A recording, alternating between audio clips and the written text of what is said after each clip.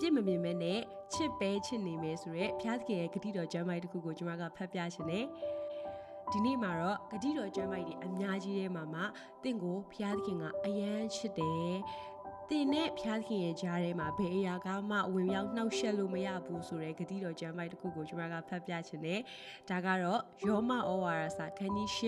အခန်းငယ်38နဲ့39ဖြစ်ပါတယ်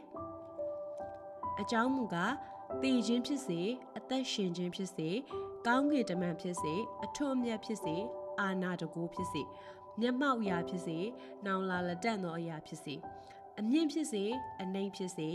ဤအရာမှစ၍အဘယ်နမိတ်တအရာမျှသည်ငါတို့သခင်ယေရှုခရစ်အားဖြင့်ခံရသောဘုရားသခင်၏မြတ်တာတော်နှင့်ငါတို့ကိုမကွာစေနိုင်ဟုငါသည်သဘောကျလျက်ရှိ၏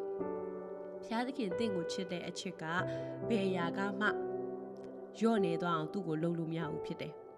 တင့်ကိုဘုရားသခင်အချစ်လျော့သွားအောင်လို့တင်ဘာမှလုပ်လို့မရဘူးဖြစ်တယ်တင်အပြစ်လုပ်လဲဘုရားသခင်ကတင်ကိုအယံချစ်တယ်တင်ကလူတွေကိုထိခိုက်နာကြအောင်လုပ်လဲဘုရားသခင်ကတင်ကိုချစ်တယ်တင်သူနဲ့အချိန်မပေးလဲဘုရားသခင်ကတင်ကိုချစ်နေတာဖြစ်တယ်ဒါကြောင့်မို့လို့ဘုရားသခင်ကတင်ကိုအယံချစ်တဲ့မေတ္တာကိုတင်နေ့ရက်တိုင်းမှာဆင်ခြင်နေဖို့အထူးပဲလိုအပ်တာဖြစ်ပါတယ်